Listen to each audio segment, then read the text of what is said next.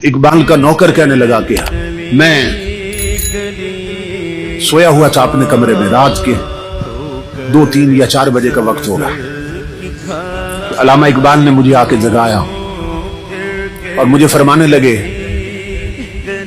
कि मेरे एक मुअज़्ज़ज़ मेहमान आए हैं, तो उठो, उनके लिए कहीं से ताजा लस्सी बनवा के लाओ।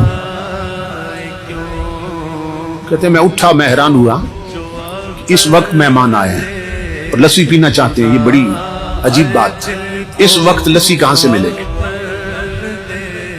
तो कहते हैं मैं किचन की तरफ गया, मैंने कहा बर्तन लेके तो जाता हूं, निकलता हूं, देखते हैं कहां से मिलती।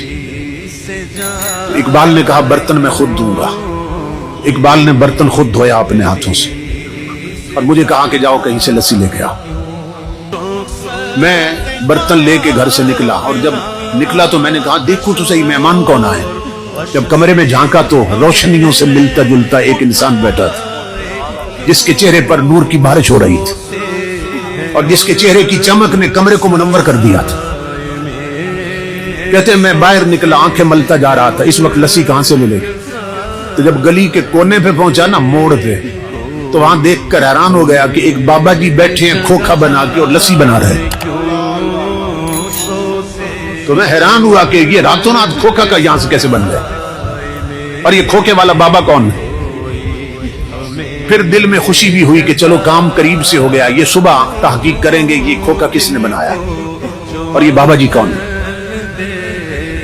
तो मैंने उन्हें लस्सी के लिए कहा, उन्होंने ताजा लस्सी बना दी मुझे। तो मैंने कहा कि पैसे कितने हैं? तो वो हंस के फरमाने लगे ले जाओ, इकबाल से हमारा मामला चलता रहता है। तो मैं हैरान हुआ कि ये बाबा जी इकबाल को भी जानते हैं। खैर मैं लस्सी लेके आ गया। इकबाल ने बर्तन मुझसे पकड़ा और अंदर मेहमानों को पेश किया। मैं अपने कमरे में बैठा था और सोच रहा था कि अब मेहमान रात रुकते हैं या चले जाएंगे, अभी क्या सूरत हाल बनती। तो मैंने महसूस किया कि मेहमान उठे हैं वापस जाने के लिए। इकबाल के सीने लगे, इकबाल का माथा चूमा और दरवाजे से निकले। मैंने इकबाल को आवाज दी, मैंने कहा अल्लामा साहब मैं दरवाजे कुंडी लगा देता हूं, आप आराम फरमाएं। कुंडी लगाने की बजाय मैं गली में चला गया। मैंने कहा देखो तो सही मेहमान इस वक्त आए थे कि कौन है, किधर जाते हैं? तो इकबाल का नौकर कहता है मैंने जब देखा तो अल्लाह की इज्जत की कसम, उन्होंने एक कदम उठाया इकबाल के दरवाजे से और दूसरा कदम गली के आखिरी कोने में रख दिया और गायब हो गए। मैं पीछे भागा, मैंने कहा ये इतना लंबा कदम जिस्मानी नहीं हो सकता, ये कोई रूहानी कदम उठा। पीछे भागा, जब गली के मोड़ पे गया तो हैरान हो गया, न बाबा न खोखा न खोखे वाला, मेहमान भी गायब, खोखा भी गायब, बाबा भी गायब। मैं पलट के आया, मैं इकबाल के कदमों पे गिरा।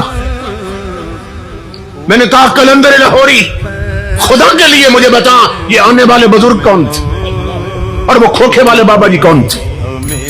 इकबाल ने कहा ना छेड़ मलंगाना, जब अपना काम करो। मैंने कहा मेरी जिंदगी गुजरी है खिदमत में, खुदा के लिए मुझे बताएं कौन थे? इकबाल ने कहा मेरे साथ एक वादा करो तो बता देता हूं, मेरी जिंदगी में ये राज फाश नहीं करोगे। मैंने कहा अल्लामा साहब मैं वादा करता हूं। इकबाल ने कहा सुन अल्लाह की इज्जत की कसम, आने वाले गरीब नवाज थे, खोखे वाले दाता अली हजवेरी थे। इसी पर इकबाल कहता है फना कैसी बका कैसी, जब उसके आशना ठहरे, कभी इस घर में आ निकले, कभी उस घर में जा ठहरे। जो अल्लाह वाले बन जाएं, अल्लाह से लो लगा ले, हुजूर के गुलाम बन जाएं, मौत भी उन्हें मार नहीं सकती, उनकी कब्रें भी जिंदा रहती है।